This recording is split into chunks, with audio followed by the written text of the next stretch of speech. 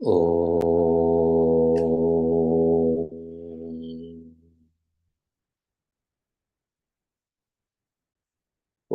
శ్రీరామ శరణం మమ శ్రీరామ శరణం మమ శ్రీరామ శరణం మమ శ్రీరామ శరణం మమ శ్రీరామ శరణం మమ శ్రీరామ శరణం మమ శ్రీరామ శరణం మమ శ్రీరామ శరణం మమ శ్రీరామ శరణం మమ. ఓం శ్రీ సీతారామాభ్యాం నమః. ఓం శ్రీమాత్రే నమః.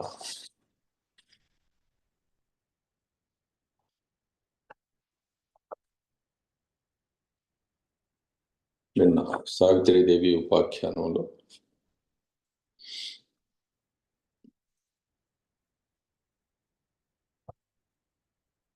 యమధర్మరాజుకి సావిత్రీదేవికి మధ్య జరిగిన సంవాదంలో పరమతత్వాన్ని మొత్తాన్ని ఒకసారి అలా స్మరింపచేశారు.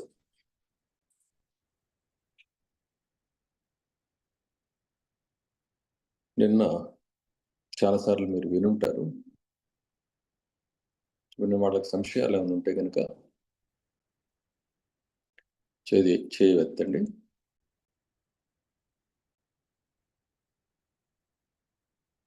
ఏ సంశయం లేకుండా హాయిగా ఉన్నట్లయితే తర్వాతి అధ్యాయానికి వెళ్ళిపోదాం.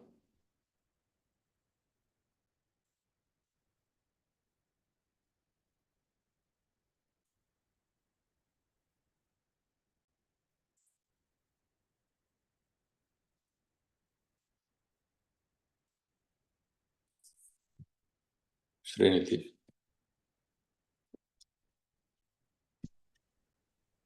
జై శ్రీరామ్ స్వామి.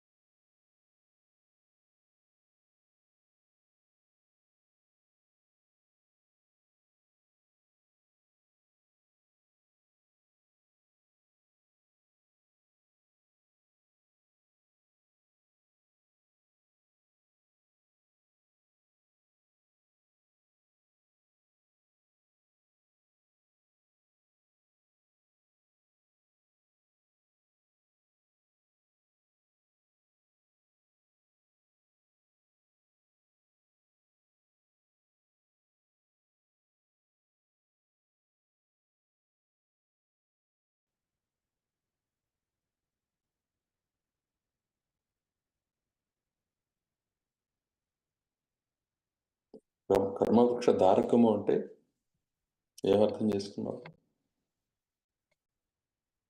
ఈ కర్మ వృక్షానికి నీరు వంటిది అని, అంటే అది దోషము. కర్మవృక్ష ధారకం అంటే కర్మ వృక్షానికి గొడ్డలి పెట్టు అని అర్థం. స్వామి, కర్మవృక్షాన్ని అది నరికివేసేది.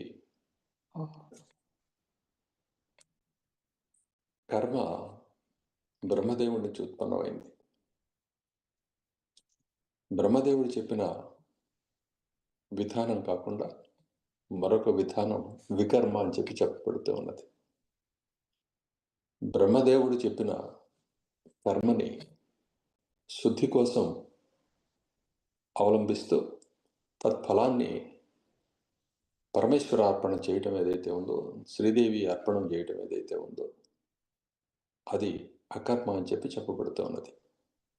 ఈ విధంగా అది అకర్మగా మారుతుంది ఎప్పుడు అంటే ఈ పరమ జ్ఞానం కలిగినప్పుడు, శ్రీదేవి భక్తి కలిగినప్పుడు అది కర్మవృక్ష ధారకముగా మారుతుంది.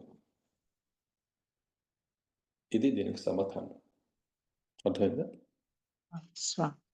ఇది మళ్ళీ విను. ఆ తర్వాత స్వామి 367వ పేజీలో స్వామి,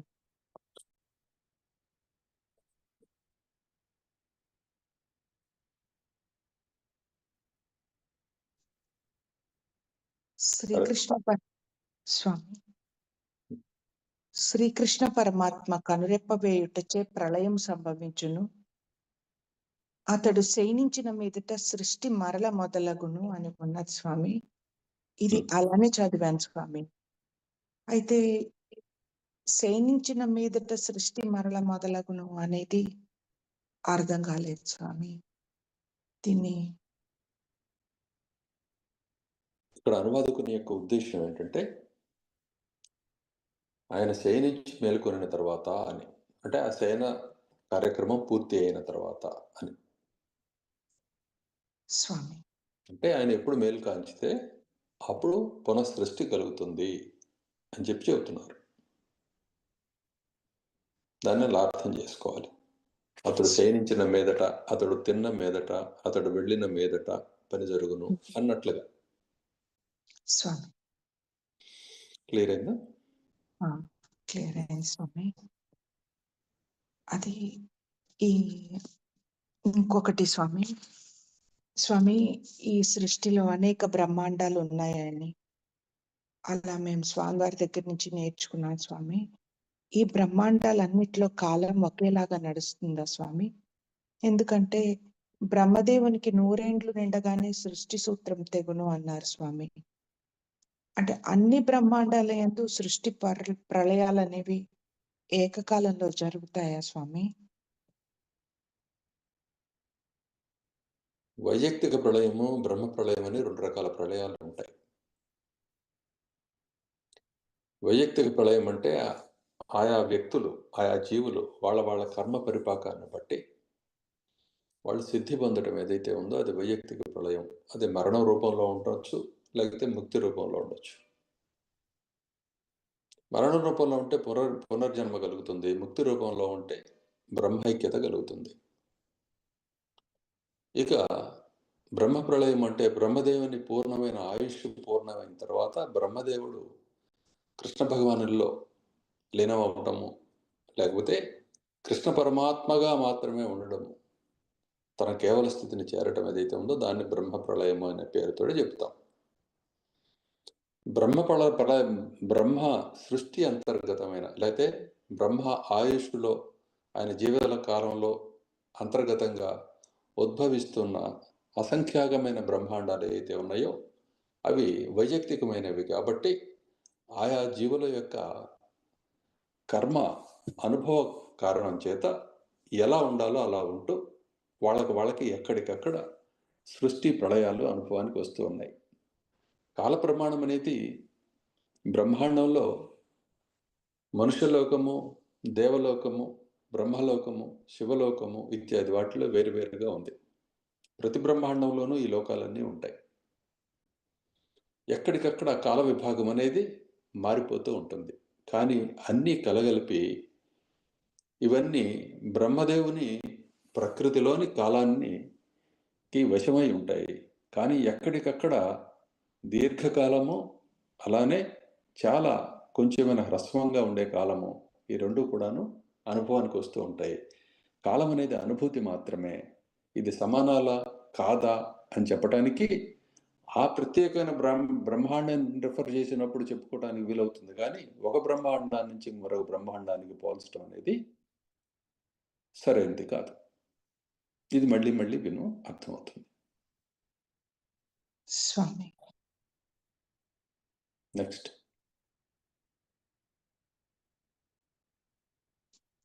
ఇక్కడ క్షుద్ర విరాట్ మహావిరాట్టులో మహావిరాట్ పురుషుడు శ్రీకృష్ణునిలో లీనమగును అని ఉన్నది స్వామి. ఇది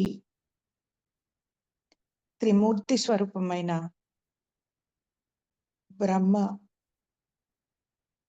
బ్రహ్మదేవుడు, మహాశివుడు, శ్రీ మహావిష్ణువు శ్రీకృష్ణునిలో లీనమగడం అని నేను అర్థం చేసుకున్నాను స్వామి. ఇది సరిగా ఉందో లేదో స్వామి చెప్తారని అడుగుతున్నాను స్వామి.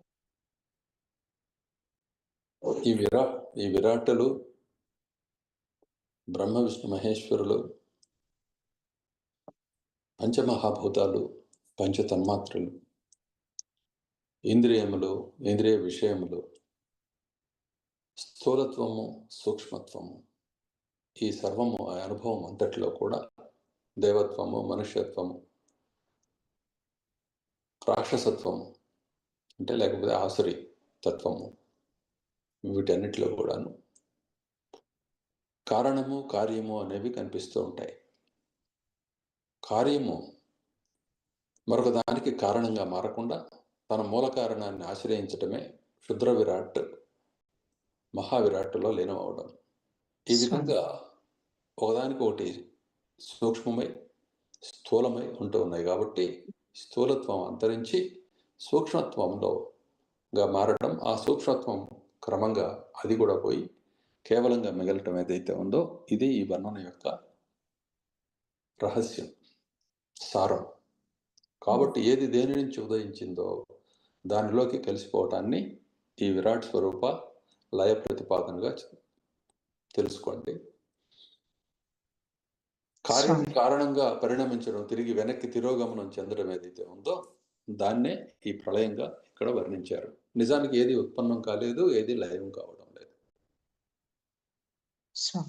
ఇది తత్వం. దీన్ని మళ్ళీ మళ్ళీ విను. స్వామి,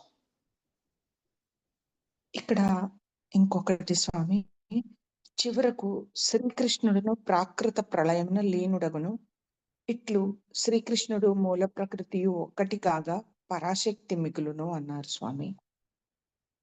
ఇది ఇక్కడ కృష్ణ వర్ణనలో ఈ అధ్యాయాల్లో చదువుకున్నాను స్వామి. చతుర్భుజుడకు కృష్ణుడు అని, లేదా ద్విభుజుడకు కృష్ణుడు అని, ఇలాగా ఇప్పుడు మీరు చెప్పిన దాన్ని బట్టి అర్థమవుతుంది స్వామి.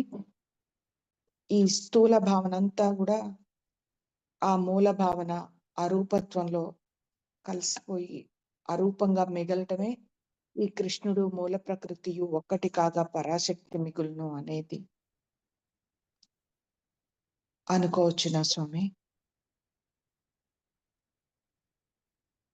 పరమపురుషుని చితత్వము, పరమపురుషుడు కేవల చైతన్యం మాత్రమే. అదే చైతన్యానికి చైతన్యమే ఆత్మ, చైతన్యానికి చిదత్వమే ఆత్మ, చిదత్వానికి చైతన్యం ఆత్మ. అగ్ని నుంచి తేజస్సుని ఎలా అయితే వేరుగా చూడలేమో, వేడిని ఎలా అయితే వేరుగా చూడలేమో, అగ్ని నుంచి సూర్యుడి నుంచి వెలుగుని ఎట్లయితే వేరుగా చూడలేమో, అదేవిధంగా ప్రకృతి పురుషులు అభిన్న రూపులు. అద్వైతము అనే మాట మనం అవగాహన కోసం వాడుతున్నాం, కానీ ద్వైత భావానికి తావే లేదు. నిజానికి ద్వైత భావం అంతరించటమే ఆ పరాశక్తి పరమేశ్వరుడైన కృష్ణుడిగా ఉండడం. పరమేశ్వరుడైన కృష్ణుడి నుంచి పరాశక్తి ఎప్పుడూ కూడాను భిన్నం కాదు. పరాశక్తి యందు కనపడే కృష్ణుడిని గురించి మనం మాట్లాడుతున్నాం. పరాశక్తి ఎవరిని ఆరాధిస్తుందో, ఎవరి తత్వం అయితే ఉన్నదో ఆ కృష్ణుడి గురించి ఇక్కడ చెప్పడానికి ఏమీ లేదు. ద్విభుజుడని, చతుర్భుజుడని, షడ్భుజుడని, షణ్ముఖుడని, చతుర్ముఖుడని, త్రినేత్రుడని ఎన్ని రకాలుగా చెప్పినా ఆ కృష్ణుడే కీర్తించబడుతూ ఉన్నాడు. అతడు ప్రకృతి యందు, పరాశక్తి యందు ఆ పరమాత్మ ఉద్భవించిన పరమాత్మ. ఆ పరమాత్మ నుంచి రాధాదేవి, ఆ రాధాదేవి నుంచి లక్ష్మీదేవి, ఇలా స్వామి నుంచి చతుర్భుజుడు, ఇట్లా ఎన్ని రకాలుగా వర్ణించినా సరే మూలతత్వం ఒకటే తప్ప, పరమాత్మ తప్ప అన్యమైన వస్తువే లేదు. ఇది తత్వం. దీన్ని అర్థం చేసుకుంటే, ఇది మళ్ళీ మళ్ళీ వింటే వీటన్నిటికీ సమాధానాలు కలుగుతాయి. ఎప్పటికీ కూడాను సాకారమైందంతా కూడాను ప్రకృతి యొక్క ప్రసాదం. ప్రాకృత ప్రళయము, మహాప్రాకృత ప్రళయము అన్నదానికి అర్థం ఏమిటి అంటే, ప్రకృతి స్పందించడం అనే దానిని ఆపివేసి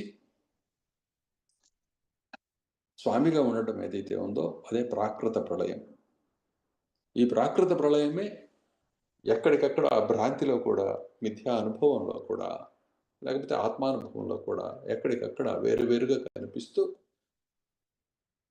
వైయక్తిక ప్రళయం కింద, ప్రాదేశిక ప్రళయం కింద, సమూహ ప్రళయం కింద, బ్రహ్మ ప్రళయం కింద యుగ ప్రళయం క్రింద, కల్పాంత ప్రళయం క్రింద, ఇలా ఎన్నో రూపాలుగా కనిపిస్తోంది. ఎన్ని రూపాలుగా కనపడ్డప్పటికీ కూడాను స్పందించటం, స్పందన ఆపటం, నడవటం, నడక నిలిపివేయటం అనేది నడవగలిగే వాని యొక్క శక్తి.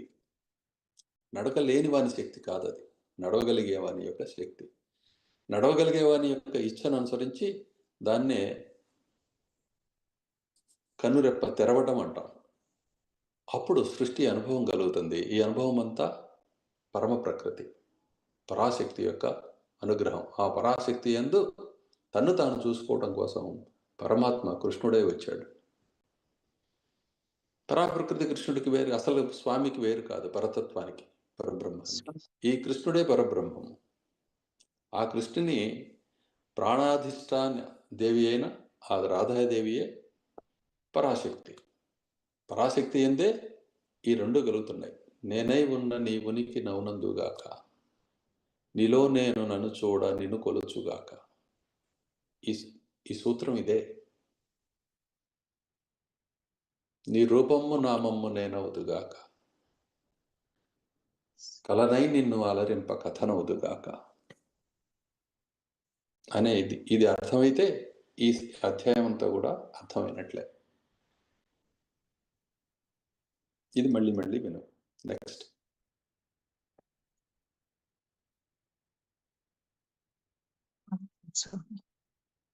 జై సద్గురు రామ్ స్వామి. మీరు నేను చెప్పిన విషయాలని పూర్వం ఎన్నోసార్లు ఇదే విషయాన్ని చెప్తున్నప్పటికీ, ఎప్పటికప్పుడు అర్థమవుతున్నట్లు ఉన్నప్పటికీ కూడా నిజానికి పూర్ణంగా అర్థం చేసుకోలేరు. దానికి సమయం పడుతుంది.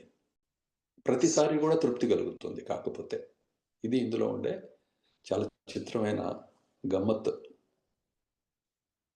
విశేషం. ప్రతిసారి అర్థమవుతున్నట్లే అనిపిస్తుంది, కానీ తీరా సమస్య వచ్చినప్పుడు అది పూర్ణంగా ప్రకాశించదన్నమాట. కాబట్టి నాకు ఇక తెలిసిపోయింది అనే భావంతో కాకుండా ఈ భక్తి మార్గంలో ఉండండి, అంటే సేవా మార్గంలో ఉండండి. నాకు తెలిసిపోయి ఇంక తెలియాల్సింది ఏం లేదు అనే స్థితి ముక్తి. కానీ భక్తి మార్గంలో ఉన్నప్పుడు ఇక్కడే చెప్పారు కదా, భక్తికి ముక్తికి ఉండే భేదం. ఉన్నప్పుడు అది నిరంతరం అందుబాటులోకి వస్తూ ఉంటుంది. కానట్లయితే నిశ్చయ కారణం చేత బంధం అనుభవానికి వస్తుంది, దుర్నిర్ణయం కారణం చేత. కాబట్టి ముక్తి ప్రయత్నమే చేయాలి, కానీ భక్తితోటి ఉండాలి. ఇది పరమ రహస్యం.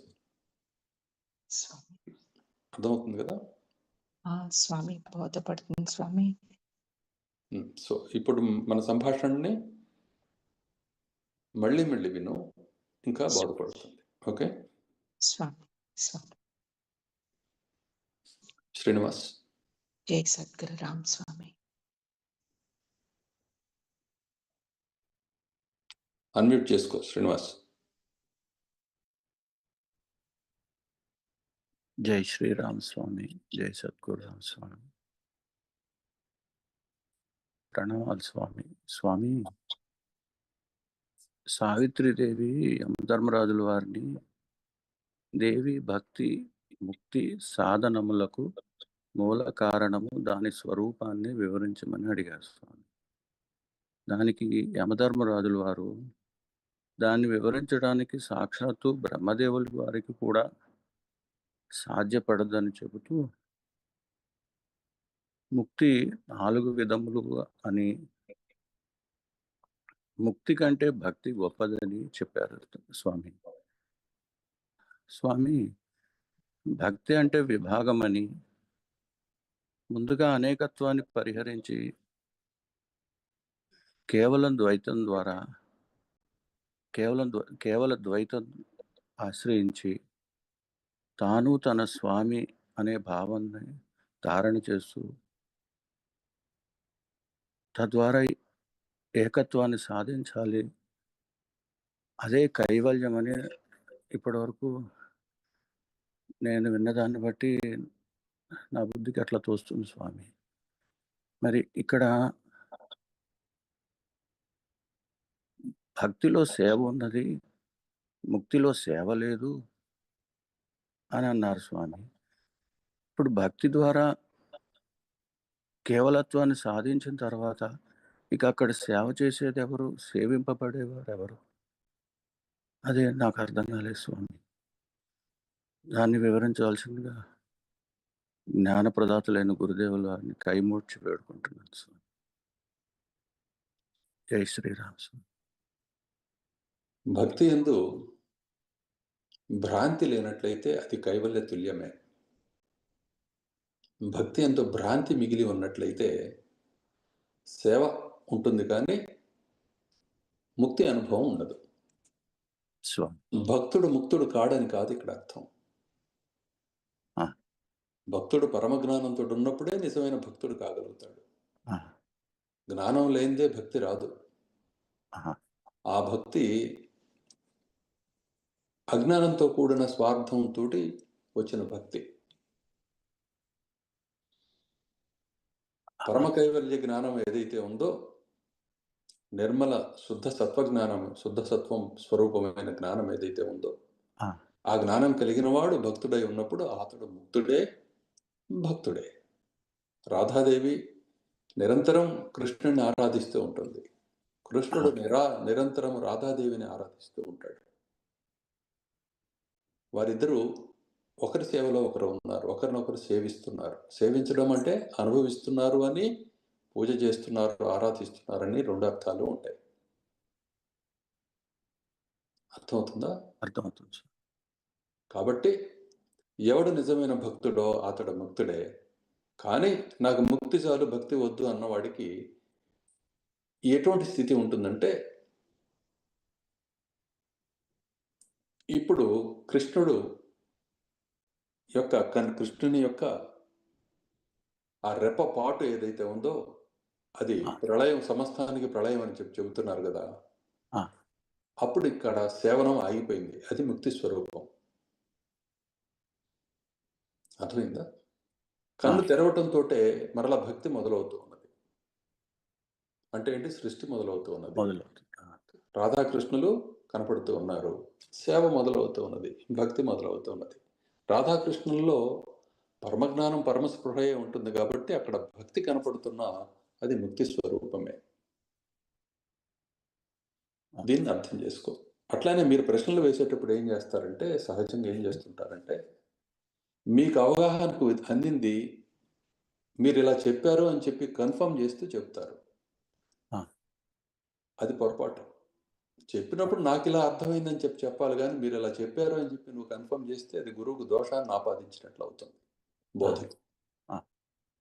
అర్థమవుతుందా? అర్థమైంది. నీకు అర్థమైన తీరు అది. ఒక్కొక్కరికి ఒక్కో తీరుగా అర్థమవుతుంది. నీకు కొంచెం ఎక్కువ అర్థమై ఉండొచ్చు, ఇంకొకరికి కొంచెం తక్కువగా అర్థం కావచ్చు. కానీ మీరు ఇలా చెప్పారు అని చెప్పి అన్నప్పుడు దోషం వచ్చిందా, రాలేదా? వచ్చింది స్వామి. సో పూర్ణంగా అర్థం చేసుకోలేరు మీరు, కానీ చేస్తూ ఉండాలి. అందువల్ల భక్తులుగా ఉండండి, క్రమంగా అదే అవుతుంది అని చెప్తున్నాను కదా. అవును స్వామి. ఈ విషయాన్ని గుర్తుపెట్టుకోవాలి. ప్రతి ఒక్కళ్ళు ఆ పొరపాట్లోకి వెళ్ళమాకండి. అలాగే స్వామి. ప్రశ్నించేటప్పుడు ముందు నుంచి మీకు ఒకటే చెప్తున్నది, తొట్ట తొలినాడు ఏ మాట అయితే మీరు విన్నారో, మేము ముక్తులమయ్యాము అనుకున్న నాడు కూడా అదే మాట వింటారు. క్రొత్త మాట ఏమీ ఉండదు ఇక్కడ. క్రొత్తగా చెప్పడానికి ఏమీ లేదు ఎప్పటికీ కూడా. ఆ వస్తువే అదే అవస్తువుగాను వస్తువుగాను భ్రాంతి గొలుపుతూ ఉన్నది. ఆ వస్తువే అనుభవించేవాడుగాను, అనుభవనీయ విషయంగాను, అనుభవంగాను ఉన్నది. స్వామి. సర్వము తత్స్వరూపమే. కానీ ఇది ఎలా? దీనికి అడ్డుగా ఉన్నది నేను, నాది, ఇది అంటే నిశ్చయము.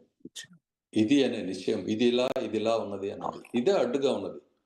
కాబట్టి ఈ అడ్డులే గ్రంథులైన పేరుతోటి, కషాయాలనే పేరుతోటి చెప్పబడతాయి. వీటిని తొలగించుకోవడానికి సేవా భక్తి కావాలి. అర్థమవుతుందా? అర్థమవుతుంది. సో ఈ విధంగా మీరు దీన్ని ధారణ చేయండి. జ్ఞానాన్ని మళ్ళీ మళ్ళీ వినండి. దీన్ని ప్రతి ఒక్కరి ప్రశ్నని మీకు తక్కిన వాళ్ళందరూ కూడాను మళ్ళీ మళ్ళీ వినండి. అలాగే. మరి లేకపోతే పలుమార్లు వినకపోతే ఎలా తడుతుంది, ఇది ఎలా పడుతుంది? అది నెక్స్ట్. స్వామి 366 పేజీలు ఇచ్చారు స్వామి. భూమాత క్షమారూపిణి రత్నగర్భ సకల భూతకోటులను భూమి భరించును చంపును అని కూడా అన్నారు స్వామి. ఉమ్. అది ఎట్లా అర్థం కాలేదు స్వామి. అంటే చంపునంటే తనలో కలుపుకొను అని. భూతాలు భూతకోట్లన్నీ మరలా ఎక్కడ కలిసినాయి? మట్టిలో పుట్టి అవును, అందులోనే కలుస్తున్నాయి స్వామి. మట్టి వల్లనే పెరిగి మట్టిలోనే కలుస్తున్నాయి అని చెప్పుకుంటున్నాం కదా. అవును స్వామి. ఉమ్. అవును స్వామి. చంపును అనేటప్పటికీ అది నాకు వేరే రకంగా అర్థం చేసుకున్నాను స్వామి. అదే. ఎక్కడ అది ఎన్నో మూడో అది 49 నుంచి 60 శ్లోకాల్లో ఇచ్చారు స్వామి. మొట్టమొదటి లైన్లో ఉంది స్వామి, 366 పేజీ. సర్వాచైవ క్షమారూప నానారత్నం బిభర్తియ యతః సర్వాణి భూతాని స్థీయంతే హంతి తత్రహి. అది దాని అర్థం. ఏమిటంటే దాని అర్థం, ఎక్కడి నుంచి అయితే సమస్తమైన భూతాలు పుట్టి కొంత స్థిరత్వాన్ని కనబరుస్తూ, అంటే అస్తిత్వాన్ని చూపిస్తూ, చివరికి ఎక్కడ తిరిగి మరణాన్ని చూసి కలిసిపోతూ ఉన్నాయో ఆ దేవి, భూదేవి, ఆమె క్షమారూపిణి, అన్నిటినీ భరిస్తుంది. ఆమె యందు నానారత్నాల్ని భరిస్తూ ఉన్నది కాబట్టి ఆమెను భూమి అంటారు, క్షమ అంటారు, సర్వా అని కూడా పిలుస్తారు. అర్థమైందా? అర్థం. సర్వా పూర్వం వయం కృష్ణ ఆసీత్ వసుంధర అని చెప్పి వస్తుంది కదా రామాయణంలో 5వ సర్గలో మొట్టమొదటి శ్లోకం ఇది వస్తుంది స్వామి. అంతనమాట. అక్కడ అనువాదంలో కూడా మీకు అక్కడ సమగ్రంగా లేవు అనువాదాలు అని చెప్పి దాన్ని సరిచేసి రాయటం జరిగింది. తర్వాత మనం రేపు రామాయణం మనం రాసుకున్న అనువాదాన్ని మనం చెప్పుకోబోతున్నాం స్వామి. అది చెప్పుకునేటప్పుడు అవన్నీ మీకు స్పష్టంగా ఆ భేదం ఏమిటి అన్నదే అనుభవానికి వస్తుంది. సరే, నెక్స్ట్ ఇంకేమున్నాయి ప్రశ్నలు?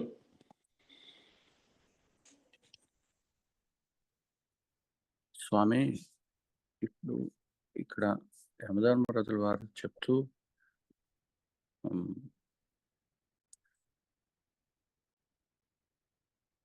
తండ్రి కంటే తల్లి గొప్పది, తండ్రి కంటే గురుడు గొప్పవారు అన్నారు స్వామి. గురువు జ్ఞానప్రదాత అని చెప్పారు స్వామి. అక్కడ మాత్రం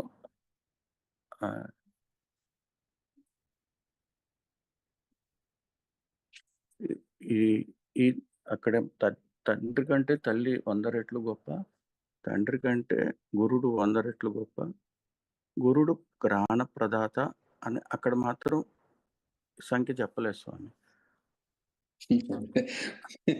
అది మాత్రం అనంతం అనుకోలేదు స్వామి. జ్ఞానం లేనంతసేపు తల్లిదండ్రులు అవసరం అవుతూ ఉంటారు, తల్లిదండ్రులు వస్తూ ఉంటారు స్వామి.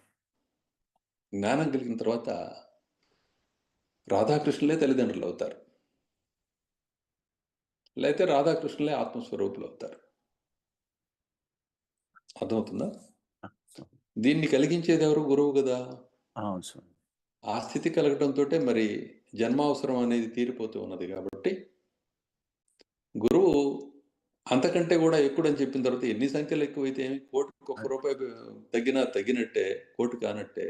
1 రూపాయి పెరిగినా కోటికి పైకి పోయినట్టే కదా లెక్క.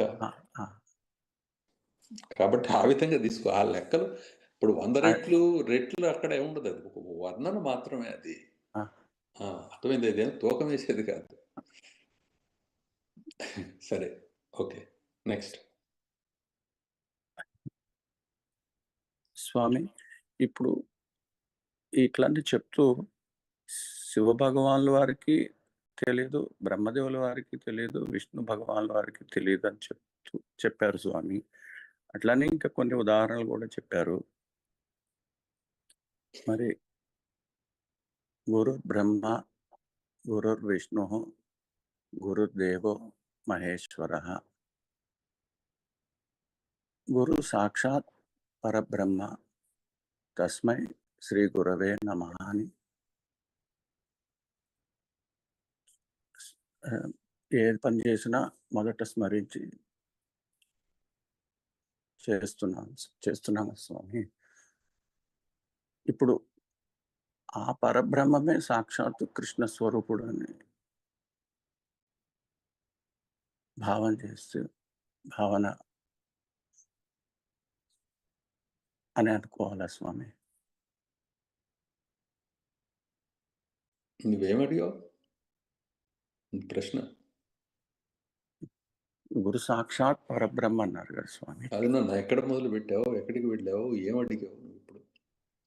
ఇప్పుడు యమధర్మరాజుల వారు అది నాకు అర్థమైంది నువ్వు చెప్పేది. నీ ప్రశ్న ఏమిటి?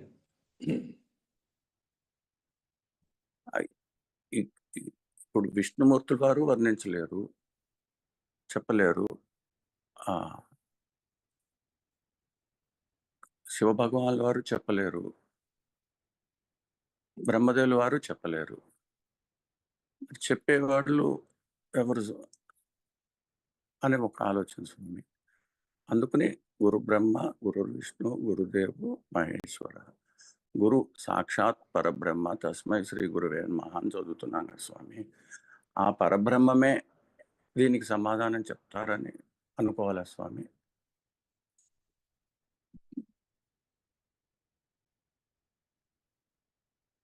ఒక విషయం గుర్తుపెట్టుకో స్వామి. వారు చెప్పలేరు అన్నదానికి కానీ,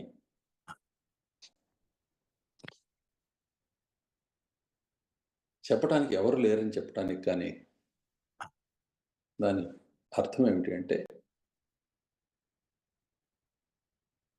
నామరూపరహితుడైన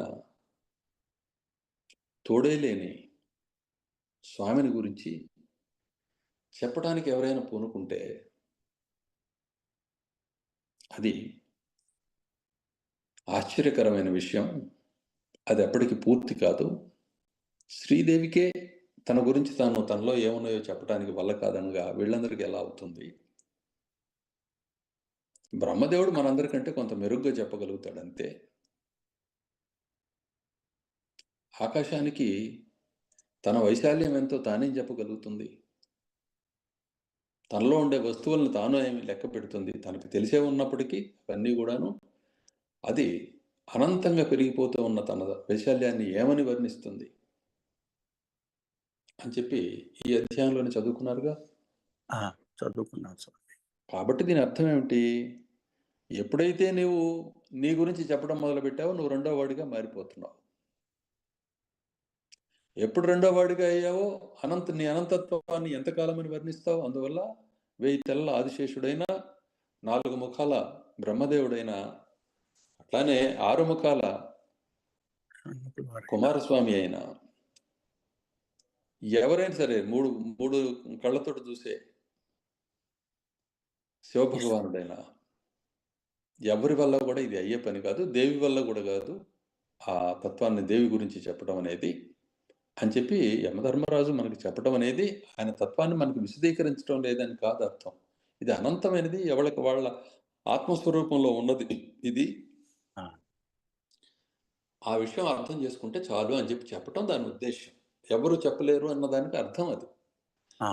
గురువులకు గురువైన విఘ్నేశ్వరుడు కూడా చెప్పలేరు అని చెప్పారు. యోగులకు యోగి, గురువులకు గురువైన విఘ్నేశ్వరుడు వల్ల కూడా కాదు ఇది, గణేశుడి వల్ల కూడా అన్నారు. దానికి అర్థం ఏమిటి? వీటన్నిటికీ పరతత్వాన్ని గురించి పరతత్వం కూడా వర్ణించలేదు. ఇదంతా పరతత్వ స్వరూపమే.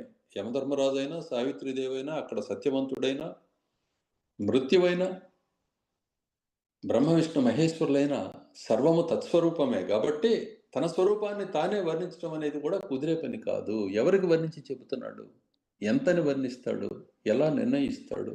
ఇది సాధ్యమయ్యే అంశం కాదు అని చెప్పటానికి దృశ్యానుభవంతో ఉన్న జీవులందరికీ ఈ విధంగా చెప్తే అర్థమవుతుందని అలా చెప్పారు. అర్థమైందా ఇప్పుడు సారం? క్లియర్? మళ్ళీ విను, అర్థమవుతుంది. ఓకే, ఇంకేమన్నాయా? అంతే స్వామి. జై శ్రీరామ్ స్వామి. జై శ్రీరామ్ స్వామి. జై శ్రీరామ్ స్వామి. జ్ఞానదాతకు ప్రణామాలు స్వామి. స్వామి 363 పేజీలో స్వామి సావిత్రీదేవి గారు ప్రశ్నలు వేస్తూ ఇలా అన్నారు స్వామి, వేద విధులలో శ్రేష్ఠుడా స్త్రీలను తత్వజ్ఞాన విహీనులుగా బ్రహ్మ విధించెను అని చెప్పి అన్నారు స్వామి. స్వామి ఉన్నది పురుషుడు ఒక్కడే అని చాలాసార్లు చెప్పుకున్నాం కదా స్వామి. అదిగాక ఇప్పుడు ఈ కనిపించేది ఏదైతే ఉందో అది మొత్తం స్త్రీ రూపమే అవుతుంది కదా స్వామి. మరి తత్వజ్ఞానం స్త్రీలకు కలగదు అనడంలో అంతరార్థం ఏమిటో కొంచెం వివరిస్తారా స్వామి? ఫుట్బాల్ గేమ్ తెలుసా నీకు? ఫుట్బాల్ తెలుసు మనకి. ఫుట్బాల్ తెలుసు స్వామి. తెలుసుగా. ఆ బంతి ధనంతో అది ఎగురుతుందా? ఎగరదు స్వామి. ఎలా ఎగరాలో అది నిర్ణయిస్తుందా? నిర్ణయించదు స్వామి. దాన్ని ఆడేవాడు ఒకడు ఉంటాడు కదా. ఉంటారు స్వామి. అవునా కాదు? ఉంటారు స్వామి. దాన్ని ఎలా డైరెక్ట్ చేయాలో దాన్ని బట్టి అతను నిపుణుడు అనే పేరుతో పిలుస్తాం, ఆటగాడు అనే పేరుతో పిలుస్తాం. దానికి పేరు పెట్టేది తానే, కాలితోటి ఆడాలా చేతితోటి ఆడాలా అని నిర్ణయించేది తానే. అర్థమైందా? అయితే ఆట సమయంలో ఆ ఫుట్బాల్ని ఎక్కడికి వెళ్తున్నావు అంటే పైకి వెళుతున్నానని చెప్పొద్ది, నేను పైకి ఎగరగలనని చెప్పొద్ది, పైకి పోయే విధానం ఇదని చెప్పొద్ది. కానీ తను నడిపేది ఎలా నడుపుతున్నాడు, అతని ఉద్దేశం ఏమిటో దీనికైతే తెలియదు. అర్థమవుతుందా? అలానే ఈ ప్రకృతి యందు సమస్తం అన్నట్లుగానే దీనికి నడపబడుతూ ఉన్న వస్తువుకి నడిపేవాడి వాడి యొక్క పూర్ణతత్వము కానీ దాని యొక్క ఇది కానీ అర్థం కాదు. అలానే అర్థం కాకుండా ఉంటుందా? అలా అనుభవ రూపంగా ఎప్పటికీ కూడాను నేను స్వామి సొత్తునే అని అర్థం అవుతుంది. ఆయన ఎలా నడిపినా నాకు ఇబ్బంది లేదని అర్థం అవుతుంది. ఇదే జ్ఞానం, ఇదే సమర్పణ, ఇదే భక్తి, ఇదే ఈశావాస్య ఉపనిషత్తుకి మూలం. ఈ భావమే. అర్థమైందా? విద్య అవిద్యలు అన్నా, బంధమోక్షాలు అన్నా వీటిల్లోనే ఉన్నాయి మొత్తము కూడా, ఈ తత్వంలోనే. క్లియర్? స్త్రీ అంటే ఎక్కడెక్కడైతే తాను నడపబడుతూ ఉన్నదో నడిపేవాడి యొక్క హృదయం అతడు చెప్తున్నప్పుడు తెలుస్తుంది, అతడు పంచుకుంటున్నప్పుడు తెలుస్తుంది. మంత్రాంగం చేసినా కూడా అర్థం కాదు. అర్థమవుతుందా? కలిసి మంత్రాంగం చేసినా కూడా అర్థం కాదు. ఎందుకంటే ఎప్పుడైతే నువ్వు ఇంకొకరికి దఖలు పడ్డావో, నువ్వు స్వతంత్రం కానప్పుడు తర్వాత ఏం జరగబోతుంది అన్నది నీకెలా తెలుస్తుంది? తెలియదు స్వామి. సో ఆ విధంగా ఇక్కడ నేను స్త్రీగా ఉన్నాను, నా పతి కనిపిస్తున్నాడు, జ్ఞానదాతమైన నాథుడిగా నీవు కనిపిస్తూ ఉన్నావు గురువుగా.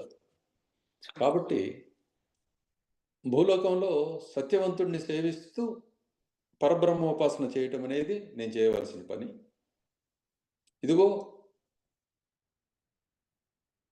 ఈ స్థితి యందు స్థిరంగా ఉండడానికి అవసరమైన పరమజ్ఞాన స్వరూపుడిగా నువ్వు నాకు ప్రాప్తించావు. కాబట్టి ఆ స్థితి ఉత్తమమైనదైతే దానికి కారణం నీవే అయి ఉన్నావు. కాబట్టి అటు నీకు నమస్కారము. నేను స్త్రీ స్వరూపాన్ని అయి ఉన్నాను కాబట్టి సహజంగానే జ్ఞానం అనేది నీ నుంచే రావాలి. కాబట్టి ఆజ్ఞ రూపంలో కానీ జ్ఞాన రూపంలో కానీ. కాబట్టి దాన్ని వివరించవయ్యా స్వామి అని చెప్పి సావిత్రీదేవి ఆయన్ని అర్థిస్తూ ఉన్నది. ఇది తత్వం. క్లియరా? అంత పూర్తిగా అర్థమైనట్లు అనిపించలేదు స్వామి. ఇది ఈరోజు మళ్ళీ అడిగి డౌట్ ఉంటే రేపు మళ్ళీ అడుగుతాను స్వామి. మళ్ళీ వింటూ ఉండటం, విని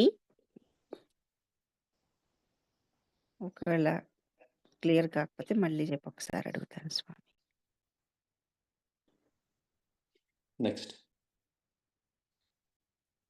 అంతే స్వామి. జై శ్రీరామ్ స్వామి. సో ఇంకెవరు అడుగుతారు ప్రశ్నలు? ఏది ఏమైనా మీరు అడిగిన ప్రశ్నలన్నిటికీ సమాధానాలు ఆయా సందర్భాలని సమయాన్ని అనుసరించి ఆయా పోలికలతోటి వివరించడానికి ప్రయత్నం చేయడం జరుగుతుంది. ఎంత వివరించినా నీ ప్రయత్నం లేకుండా నీకు అది అర్థం కాదు. నీ ప్రయత్న రూపంలో ఉన్నది నేనే. ఆ ప్రయత్న రూపంలో ఉన్నది నేనే అని చెప్పి తెలిసినప్పుడు, ప్రయత్నాన్ని నువ్వు ఆశ్రయించినప్పుడు నువ్వు నన్ను పూజించినట్లు అవుతుంది. అలా కాకుండా నన్ను నీ ప్రయత్న రూపంలో, నీ ఆత్మ రూపంలో దర్శించకుండా నేను వేరు, గురువు వేరు, స్వామి వేరు అనే భావంతో కనుక నువ్వు వర్తిస్తూ ఉన్నట్లయితే ఎవరి ప్రశ్నకి వచ్చిన సమాధానం కూడా నీకు సంపూర్ణంగా పట్టదు. ప్రతి ఒక్కరూ దీన్ని గమనించండి. కాబట్టి మీకు ఈరోజు చెప్పిన ప్రశ్నలకు సమాధానాలే ఉద్ధరించడానికి సరిపోతాయి. కానీ ప్రయత్న లోపం వల్ల యుగాలు గడుస్తాయి. ఎందుకంటే ప్రశ్నలుగానే మిగిలిపోతుంటాయి. కారణం ఏంటంటే ఎక్కడికక్కడ మనం నిర్ణయం చేసేస్తాం, ఇది ఇంతే అని. ఆ నిర్ణయంలోనే ఇరుక్కుపోతాం. ఈరోజు మీకు ఇచ్చిన ప్రశ్నలు మీరు ఇచ్చిన ప్రశ్నలు, నేను ఇచ్చిన సమాధానాల్లోనే ఈ వివరణ అంతా ఉన్నది, ఈ అనుభవం కూడా ఉన్నది. ఎన్ని సంవత్సరాలుగా ప్రశ్నిస్తున్నారు, 20 ఏళ్లకు పైచులుగా మనం మాట్లాడుకుంటున్నాం. కానీ అక్కడే ఆగటానికి కారణం ఎంతో కొంత ప్రగతి కనిపిస్తూ ఉన్నా మరలా ఏదో ఒక ఆటంకం, ఏదో ఇంకా మిగిలిపోయిందని అనిపించడానికి కారణం ఇదే. నేను నాది అనే దాన్ని వదిలిపెట్టి నేను స్వామికి చెందిన ఐశ్వర్యాన్ని అనే భావంలోకి ఎప్పుడైతే వెళ్ళగలుగుతామో అప్పుడు స్వయం నిర్ణయాలు, నేనే తెలుసుకున్నాను, నాకు జ్ఞానం కలిగింది అనే ఈ భ్రాంతి, ఇవన్నీ వదిలిపోయి నిత్య ముక్తి ప్రయత్నము, నిత్య సేవ అనే భక్తి, ఈ రెండు కలిగి ఉన్నట్లయితే అప్పుడు మేలు జరుగుతుంది. భక్తి ముక్తి వేరుగా ఇక్కడ మనకి అవగాహన కావటం కోసం యమధర్మరాజు మనకి స్వామి జగద్గురుడు మనకు బోధించినప్పటికీ భక్తి ముక్తి యొక్క స్వరూపం. ముక్తికి రూపాన్ని ఇస్తే భక్తి అవుతుంది. భక్తిలో సేవనము అనే స్థితికి చేరినప్పుడు, ఆ పతాక స్థాయికి చేరినప్పుడు కేవలం ముక్తి అవుతుంది. ఇది ఎన్ని రకాలుగా వర్ణించవచ్చు. దీన్ని మీకు ఈరోజు చెప్పిన సమాధానాలు మళ్ళీ మళ్ళీ వినండి, అర్థమవుతాయి. అది సంగతి. ఇంకేమైనా ఉన్నాయా ప్రశ్నలు? జై సద్గురు. జై శ్రీరామ్. జై సద్గురు రామ్ స్వామి. జై సద్గురు రామ్ స్వామి. జై సద్గురు రామ్ స్వామి. జై సద్గురు రామ్ స్వామి.